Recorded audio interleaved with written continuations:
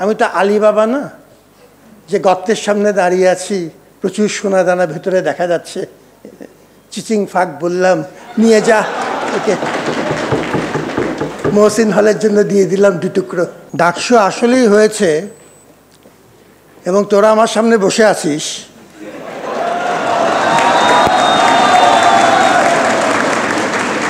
আমি মনে মনে চোখ বন্ধ করে একটু চিন্তা করছিলাম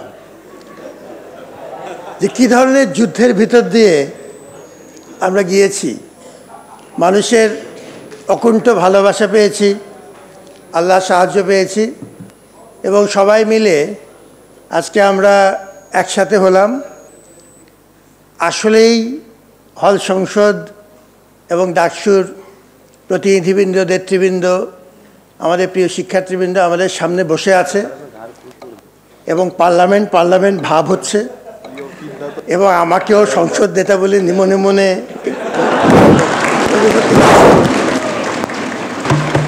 যে কোনো বিবেচনা এটি একটি বড় পাওয়া। আমরা আল্লাহর শুকরানা আদায় করি এবং আমাদের উপর যারা বিশ্বাস স্থাপন করেছিলেন এদেশের মানুষ, তাদের প্রত্যেকের প্রতি ধন্যবাদ জানাই। এই ডাকসুর ব্যাপারে আসলেই সারা বাংলাদেশ তাকিয়েছিল। এই কথাটি আমি বুঝি এই কারণে, সুবর্ণচরের একটি ফেরি ঘাটে দাঁড়িয়ে আছি এবং আমাকে চিহ্নিত করার যে সাধারণ পথগুলো থাকে সেগুলো নেই, গাড়িতে ফ্ল্যাগ নেই কিংবা আমার আশেপাশে অস্ত্রধারী মানুষজন নেই, জাস্ট দাঁড়িয়ে আছে। একটু নদীটার পাশে, এটা একটু মোহনা তো, নদী এবং সাগরের মাঝামাঝি দাঁড়িয়েছে, একটু হালকা অনুভব করার চেষ্টা করছি। একজন এসে লিটারেলি আমাকে বুকে জড়িয়ে ধরল, জাস্ট লাইক, আপনি অমুক না? আমি বললাম জি। ডাকসু করে ফেললেন স্যার। এখন এই যে বিষয়টি, এটি আমার কোনো একক ব্যাপার নয়। ডাকসুর ব্যাপারে মানুষের যে গভীর আগ্রহ, এটি আমাকে বিস্মিত করে। গাজীপুর থেকে ফিরে যাচ্ছি হেঁটে হেঁটে এবং প্রচণ্ড মাথা ব্যথা, একটা প্যারাসিটামল কিনতে যাচ্ছি। দোকানদার প্রথম আমাকে প্যারাসিটামল দিয়েছে, দিয়ে মুখের দিকে তাকিয়ে প্যারাসিটামলের পয়সা নিচ্ছে না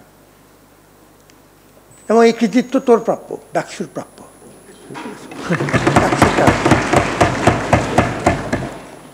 ধন্যবাদ জানাই বাপ আমাদেরকে এবং মা। আমরা একটা পর্যায়ে মোটামুটি এসছি, অনেক পথ বাকি, অনেক ত্রুটি বিচ্যুতি আছে।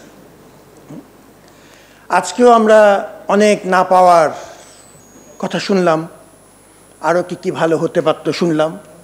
এর বেশিরভাগের সাথে কোনো বিতর্ক নেই, কিন্তু এত কিছুর মধ্যে অনেক অর্জনও তো হয়েছে। আমার সম্মানিত প্রভিসি ট্রেজারার এবং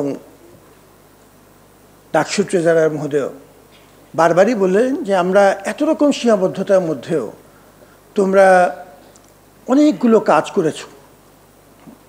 আমি কিছুটা লিস্টও নিচ্ছিলাম, ভেরি কম্প্রিহেন্সিভ। কোনোটা খুবই ভালো হয়েছে, খুব পরিষ্কার ইম্প্যাক্ট দেখা যাচ্ছে, কোনোটা পার্শিয়ালি হয়েছে, কোনোটা কম হয়েছে, কিন্তু অনবরত কাজ করে যাচ্ছি আমরা। তুমি করা মানে আমি করা, সুবিধা আছে। এখন আর আমি আর তুমি আলাদা কোনো কিছু নেই। এবং যারা এখনও ওই অভিযোগটুক রয়ে যাচ্ছে, থাকা দরকার। সমস্যা আমরা উল্লেখ করব, যিনি সমস্যা উল্লেখ করবেন সমাধানও তিনি করবেন, আমার পাশে দাঁড়াবেন, দুজনে মিলে একসাথে চেষ্টা করব যতদূর পারা যায় এগিয়ে নেওয়ার। আমি তো আলী বাবা না যে গর্তের সামনে দাঁড়িয়ে আছি, প্রচুর সোনা দানা ভেতরে দেখা যাচ্ছে, চিচিং ফাঁক বললাম নিয়ে যা, ওকে মহসিন হলের জন্য দিয়ে দিলাম 2 টুকরো, ওকে এটা যেহেতু করতে পারছি না, শুনলাম, অনবরত চেষ্টা করতে রাজি আছি। That commitment is there from my whole team, and because you are showing an enormous amount of diligence and hard work, we will get there. পুরাটুক না হোক, 50 ভাগ করলাম, 60 ভাগ করলাম, 70 ভাগ করলাম, ধীরে ধীরে বাড়ল।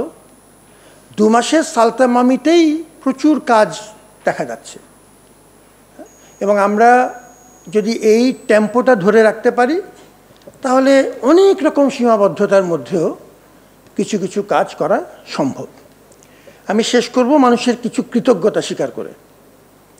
এই পর্যায়ে আসবার জন্য অনেকের অবদান আছে, আমি সারা দেশের মানুষকে ধন্যবাদ জানাই। আমি এটি আগে মনে করতাম যে আমরা তো একটি বিশ্ববিদ্যালয়, সমাজের একটি গুরুত্বপূর্ণ অংশ, কিন্তু আমরা একটি বিশ্ববিদ্যালয়। কিন্তু এখন দেখা যাচ্ছে যে আসলেই পুরো দেশ কোনো না কোনোভাবে আমাদের সাথে যুক্ত, মানুষের মমতায় আমাদের বসবাস, সেই হিসেবে আমাদের তুলনামূলক দায়িত্বও বেড়ে যাচ্ছে।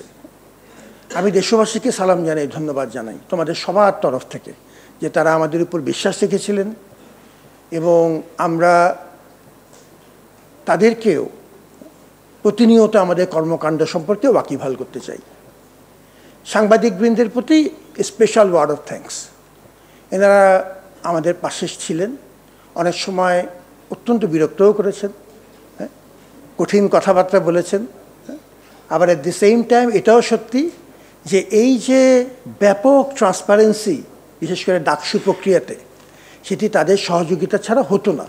এবং মানুষ যদি এটিকে ট্রান্সপারেন্ট মনে না করতেন, যেটি তাদের এই ব্যাপক কাভারেজের কারণে সম্ভব হয়েছে, উদয়স্ত পরিশ্রম করেছেন সাংবাদিকরা, তাদের এই ভূমিকার কারণে ডাকসুর গ্রহণযোগ্যতাও অনেকটুকু বেড়েছে। তাদের প্রতি আমাদের কৃতজ্ঞতা, এবং আমি অত্যন্ত কৃতজ্ঞতার সাথে স্মরণ করি এবং আল্লাহর দরবারে তার মাগফিরাতের জন্য বিশেষভাবে দোয়া করি, যে সাংবাদিক ডাকসুর দায়িত্ব পালনকারে মৃত্যুবরণ করেছিলেন। আমরা আবারও কৃতজ্ঞতার সাথে তার অবদান স্মরণ করি। আমাদের ইলেকশন কমিশন পাহাড় ঠেলে গিয়েছেন, এটি প্রমাণিত।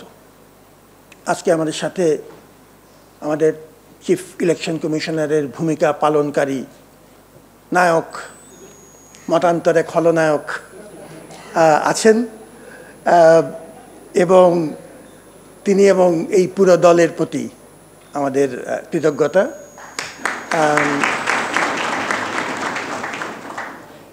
ব্যক্তি হিসেবে যদি আমি প্রত্যেকের নাম নিতে পারতাম, I would have been so happy. সময় অভাব, হলের প্রভোস্টবৃন্দ, আমার টিমের সদস্যবৃন্দ, অনেক মানুষের সহযোগিতা আমরা এর দূরে এসেছি, এটি যেন আমরা ভুলে না যাই, এটি স্মরণ রাখা খুবই প্রয়োজন।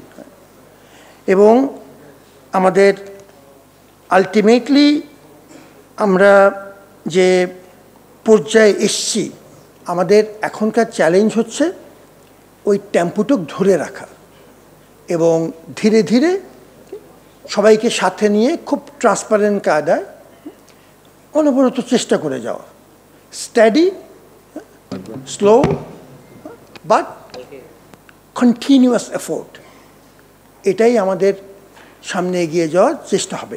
সীমাবদ্ধতা প্রচুর প্রচুর, কিন্তু তোমরা তো কিছু করে দেখিয়েছো, প্রমাণ তো সামনে আছেই।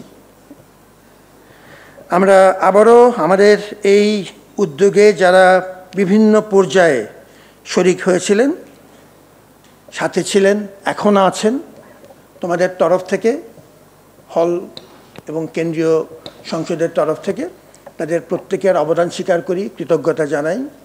মহান আল্লাহর প্রতি বিশেষ কৃতজ্ঞতা, আনুগত্য, যে একটা কঠিন সময় অতিক্রম করে আমরা এখন বিশ্ববিদ্যালয়কে সাথে নিয়ে সামনে এগিয়ে যাওয়ার একটি প্ল্যাটফর্ম তৈরি করতে পারলাম। গণতান্ত্রিক প্রক্রিয়ায় এই প্রতিষ্ঠানটি খুবই গুরুত্বপূর্ণ। এক অর্থে 2019-এর সামান্য সময় যেটি একরকম অসমাপ্তই ছিল, হিসেব করলে 29 বছর পর আমরা গণতান্ত্রিক প্রক্রিয়ার কনসলিডেশনে, শক্তিশালীকরণে এবং সংহতিকরণে একটা পর্যায়ে এসেছি। তোমাদের সবার জন্য প্রকৃত অর্থেই আমাদের অভিবাদন, দোয়া এবং শুভকামনা। ভালো থাকো। Thank you.